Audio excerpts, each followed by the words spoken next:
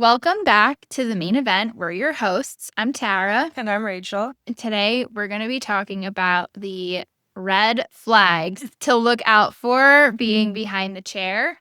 So I have my notes on my phone and I'm just going to go through the list that we created. So one of the first ones to look out for is chronic lateness. If there is a client that does not respect your time and they know that time is money in the salon, it is going to set up your day for failure and let you be behind and maybe, who knows, even get out late. So it's just, They're not respecting they're not you. respecting you and your boundaries and your time. And that is one of the things to look out for. And we understand that life happens. Mhm. There might be traffic. There might be you got out of your job late or something. And those are understandable. However, just give us like a heads up. We're very understanding people as stylists, and we are natural empaths, and we do get it. I've had clients that would be late, like late, because sometimes I have them coming from other places, other cities. And the one had done it a few times, and then I started charging her. So the clock started going when her appointment started. So as soon as I did that and she was charged for an hour on top of it, then she wasn't late anymore. But it would be, are you almost here? Yeah, I'm 15 minutes. And meanwhile, she's leaving Philly. And I'm like, okay. Yeah, you're not going to get Jersey, just for full perspective. Philly's like 2 hours to 2.5 hours from here, and usually traffic. So she's telling me she's 15 minutes. Which again, it's not, it's not valuing someone's time. Like at that point, I get you don't want to have to cancel your appointment, but make it a priority that you're going to be here on time. I have driven to people's houses and they weren't there. Oh, again, the 15 minutes. I feel like 15 minutes is a red flag for me. As soon as they drop the 15 minutes, it is not 15 minutes, add time to it. Yeah. And eventually it's like you just got to get to a point where you're like, okay, this is not the client for me. Because I always try to, when that happens, and trust me, my clients are like family to me. They really, if I'm running behind, they're usually okay with it and vice versa. So there's a little wiggle room. But when someone's constantly doing that, I then put my mind to the rest of my clients in my day, and that's not fair to them. So I get it. You are trying to make as much as you can, and you counted on that and all of that kind of stuff. If there's somebody that's always late, what you could do is require a deposit for it. And if they are with a half hour late, let's say, and you can't accommodate them anymore, which means you can't do the best work that you know you can do, which again is our reputation, then they get charged for their full appointment. Set that up. Or just being like, you know what? I had one client and him and his family, each of them would be notoriously late. And they would not care if other people were waiting. And they would drag it out. And I finally said the one time I was running 10 minutes late, and he was like, well, you need to call me. And when you call me when you're ready, then I'll leave my house and I will come there. And I was like, you know what? I don't think that I'm the stylist for you. I said, I have an extremely huge following. And sometimes that happens, just like you're late and I accommodate you. Sometimes other people are. So I recommended, if you want, there's other stylists here that are less busy that you can go to. And if not, then this is where the relationship ends, because I was not going to put myself through that anymore. So lateness, red flag. And I remember I had another one who would be late all the time. And she goes, well, I'll just buy you dinner. And I'm like, a family. I have a child. I want to go back to my family. Like that's not, you can't feed me to make up for it. And that was it. After that, certain days I wouldn't book her. So I wouldn't book her on a Saturday. I wouldn't book her at night, because I did not want to have to spend my whole night here, and I didn't want it affecting my other clients. So that's something you can do too. If you're not quite ready to let that person go, then maybe you book them on a day that's slower and it's only a morning appointment or something like that. You give them another chance. And we will have another podcast episode about firing clients. But to add to to the stories, there was a client that I had that I ended up firing because she was in for my whole day, my entire day. And it was a cut, a color, full foil, hand-tied extensions that were custom cut and colored and blended into her hair. Then she wanted it to be styled. She ended up, her appointment was supposed to start at 9:30, and she did not show up until almost 1 o'clock. And it was like And I had blocked out my entire day for her because I knew it was going to be a huge, huge project. And like I needed that time, and she was paying a hefty amount. So I wanted to make sure that I was devoting my time to her. And the feeling of respect was not mutual, and she was in a really bad mood and taking it out on me. And I looked at you. I was like, here. I know the story. I was like, I don't deserve this. I'm like, there's she was other driving people. me insane. I was close to saying something. I know you were biting your tongue, but I was like, the respect has to be mutual between a client and a stylist. And if you don't feel like you're being respected, it is more than okay to say something. Oh, yeah. To stand up for yourself, because you deserve that. You deserve to have clients who are willingly here on time and will give you the extra mile, or maybe will bring you Starbucks as like a nice treat. I have clients that do that all the time. What do you want from Starbucks or whatnot? And those are really sweet people that you want to truly hold on to, and let go of the ones that don't respect you or your time. Or your family. She had me have like butterflies in my stomach. Like I had anxiety about doing her now hair. you're rushing everything. And then you're thinking, I'm not going to get out now because now she's starting. So I'm going to be here all night. I didn't leave till 10:30 that night. I remember texting you pictures of the final reveal at like 11:45. And you're better than me. I would have just been like, I'm sorry, I can't take. I would have left. To be perfectly honest. At this point in my career, I would have been, doors would have been locked and been like, I was here on time, but where were you? Yeah. But it was like, to me, what comes across of that is like, this is our career, right? And they all have careers and they all have jobs and everything. But for some reason in their head, it acts like we're playing, like two girlfriends just playing, doing a hobby. And that's not what this is. So it's like, that shows right away that person is never going to respect you, respect your time, or respect our industry of what you do. So, and guess what? There will be another client who will pay for your time, who is more than happy to show up for you and rally around you, that is better deserving of that spot than somebody who's treating you like absolute garbage. And, the behavior, right? So you have to think too, if you're in a salon, there's other clients are seeing that behavior. That doesn't look good for you. It doesn't look good for the other stylist and their clients. It's like, you don't want that in here. Like, get it out. Get that negative energy out. Sometimes certain jobs are just not worth the money. And it sucks because it's a lot of money. That's a big, long service. But sometimes you gotta walk away. Worth it. Yeah. Flag number 2. Are you ready? Yes. Constantly cancels. Oh, yeah. Red flag. Red flag. Red flag. I have had that. I had one lady that would do that to me repeatedly. And it'd be about a 3.5 hour appointment. It would always be after she got out of work. So it'd be like a 5:30 appointment. And this point in my career, I always had multiple people at once. And she would either just no show. And then she'd act like it never happened. And she'd call again for an appointment. And they were like, oh, well, you realized you were supposed to be in last week. No, I wasn't. Now, we have software. We have your own notes, your calendar. They're getting text reminders. They're getting email reminders, all of that kind of stuff. So eventually, after gaslight me, lady. Yes. And it was like she was acting like it never happened, right? So I think it was like the third time it was said to her before booking, because she would like pre-book her appointments. And I even said to her, you don't have to pre-book. If you have some time, like where you don't know if you could make it, then just book it when you know you can. No. That's never a problem. I'm always here. So she pre-booked, but we did tell her that we had to take a deposit because it was, again, this huge chunk out of my night, which I had a waiting list of people. Like, I didn't need to be sitting around there. So she got so offended. And that was the end of it, which I was happy and grateful about. So red flag, and the delusion of the woman was red flag too. So I was happy to be done with that. Yes.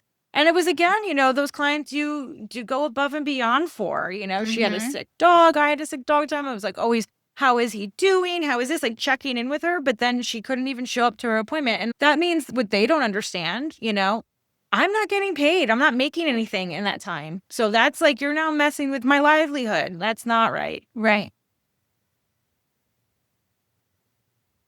Now, red flag asks for a discount. Ugh. It happens.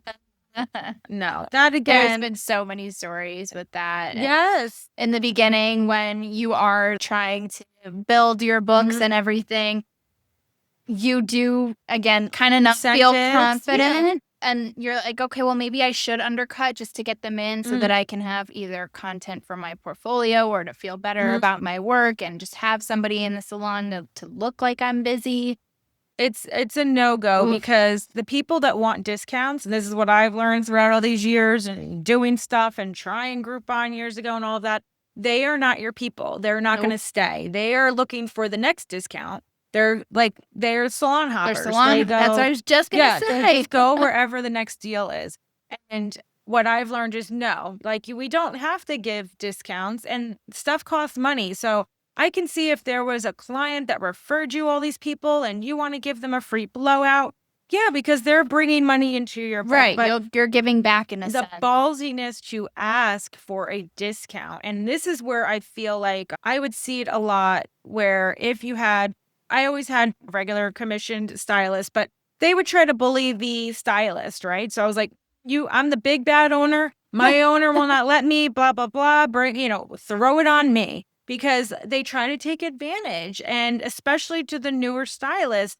And I go, nope, you just say your owner doesn't allow that, and the prices are the prices. And they try to do that when you're a salon owner or when you're an independent contractor, because they feel like, oh, well, you can control your prices and you can do this. No, you have to stand your ground. And that is not the client for you. You will find a client who knows your worth and values it. There's sometimes where I have clients like, oh my God, that's it. They expected more pricing, higher price. So there's nothing wrong, because some people have no problem and some people don't. And there was another stylist that I watched had posted something, and it was that I'm not too expensive. I'm just not in your budget. And that really clicked with me, because it's so true. Everybody, number one, spends their money different. Everybody makes different incomes. Some people, that's what's important to them is their hair. And some might be they go to Walmart and they spend hundreds of dollars on crap they don't need.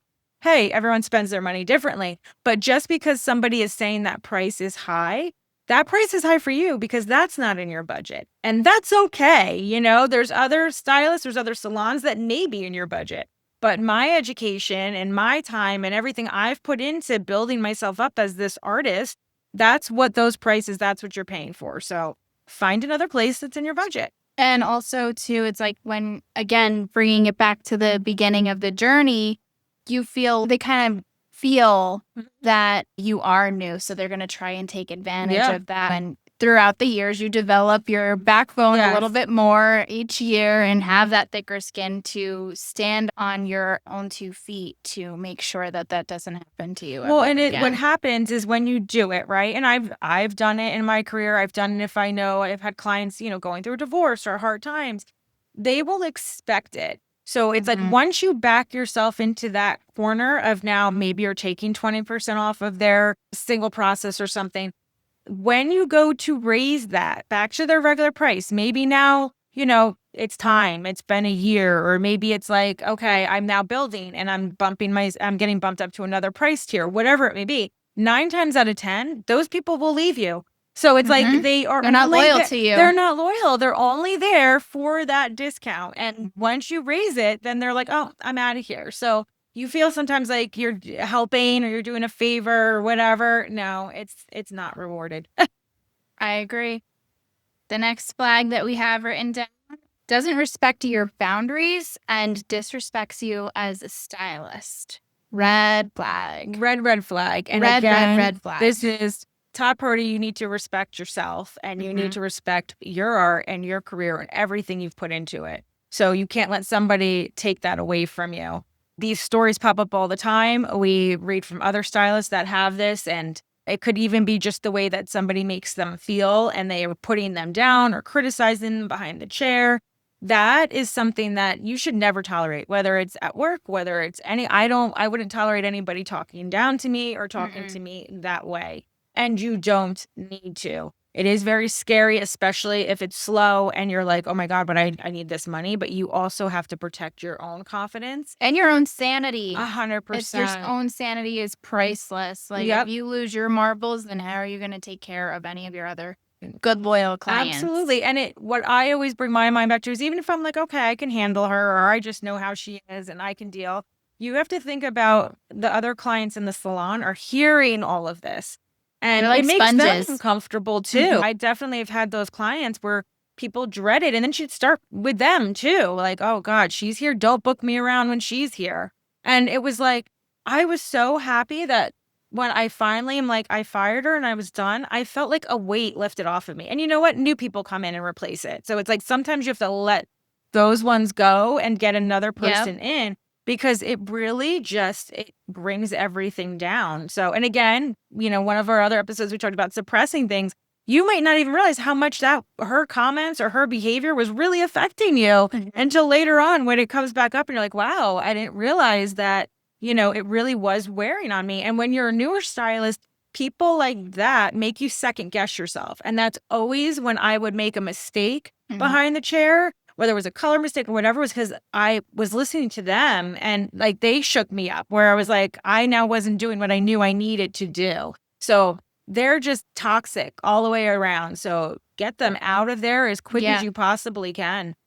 And at the end of the day, too, clients come to the salon to look good and feel good, right? So if you have those big balls of negative energy from those red flag clients, essentially, you want to weed them out fast, because it will bring your whole and it'll fester down. It will changes the whole energy, change the morale and everything. So not worth it. Sometimes too, people actually have been doing where they're warning other salons in the area.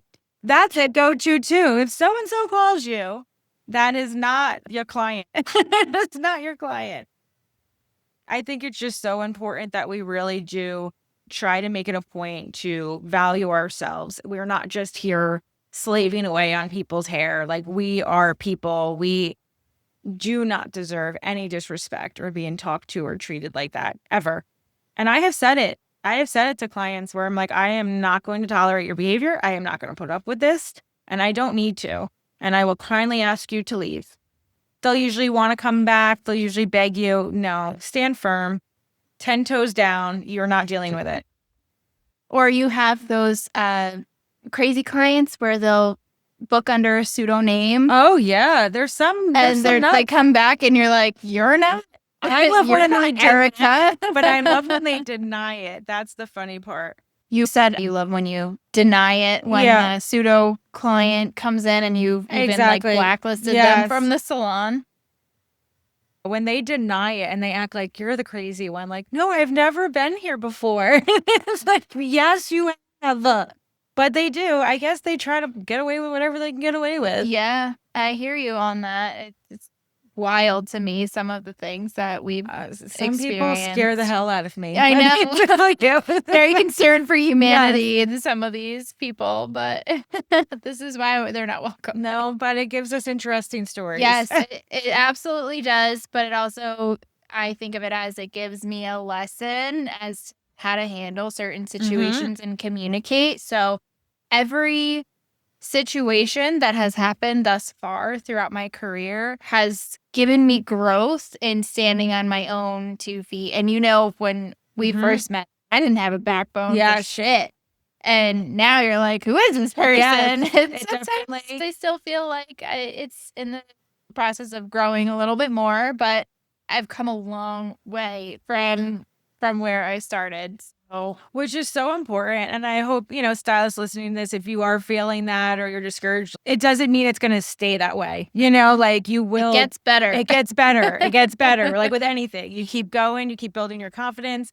Your intuition grows, where you can kind of sense and tell, is this client good? Is it not good? Just stay with it and you'll keep growing stronger and stronger. And newsflash, if you have like a pit in the bottom of your stomach and you have this chronic late client or problem client coming in and you have that feeling in your stomach, it's time to let them go. Yeah, absolutely. It's not worth it. It's not worth going through all that. You don't have to, right? You don't have to. Exactly. Indecisiveness. Oh yeah. Red flag. It's a red flag. It's very hard. I noticed it too. I've had some brides that are that way, and it's like, okay, I need some sort of direction here. And they'll pick things all over the place, like up, down, this, that. And Low you're bun, like, high bun, yes, half up, half down. you don't see clicking. the connection in any of it. So yeah, I feel like indecisiveness is probably one of the toughest things, because at the end of the day, you're like, okay, You still want to make them happy, and you wanna know make you them do good happy. work. Yes, but it's knowing that, okay, we have to try to narrow this down, which is very hard and sometimes time consuming. What I do now is, if I'm finding that it's all over the place, like, I will say, okay, we have to really figure it out. If you have a client showing you, I want to be red, but then I want to be blonde, but you gotta have to just steer the ship a little bit with it. And sometimes I'll say, you know what, maybe let's take a breath and we can reschedule another consultation or any of that. Or if you're feeling that vibe from them, whether they're texting you and they're a new client or they're on the phone with you, then you could say, we got to kind of narrow it down. I don't really like to make bold changes on someone until I know they're 100% certain this is what they want. And I also communicate with them like, okay, if you do this, then you're going to need to do this X, Y, and Z. Like, your upkeep's going to be this, or that sometimes is enough to change their mind. If it's a bride and their wedding's in August and it's going to be hot, I might be like, it's going to be really hot. How do you do with your hair on your neck? How do you, are you going to be outside? Is your ceremony going to be outside? That sometimes can switch them into a different gear. But sometimes indecisive, if it's like that every appointment, red flag, it's just not worth it. And it's not worth the time waster that it is. I agree. And then again, if a bride is indecisive and they're saying, well, maybe I want to wear it all down for the ceremony, but have it up for the reception. Okay, well, then you might want to book us for a second look so that you can have best of both worlds and have two different styles. And then who knows, maybe you're going to want to change into a reception dress after the ceremony dress so that you can be more comfortable and break it down on the dance floor. You can have best of both worlds with that. It's just a matter of communicating that to your client. So pretty much it's really, just communicating their options. And then, like I said, if it is somebody that's always indecisive and you're always having to do this, half hour, 40-minute consultation before everything, sometimes they just become energy suckers, and that might not be the client for you. So you have a choice in it. If you think it's something you can deal and work with, great. If not, and you want to give them the red flag, then give them the red flag. Give them the red flag. All right, guys. Well, thank you so much for tuning in to this episode. We will have the free resources in for you below. And we're going to have a part 2 of listening in on those dialogues and conversations in the beginning of those consultations, things you need to look out for. So stay tuned for part 2.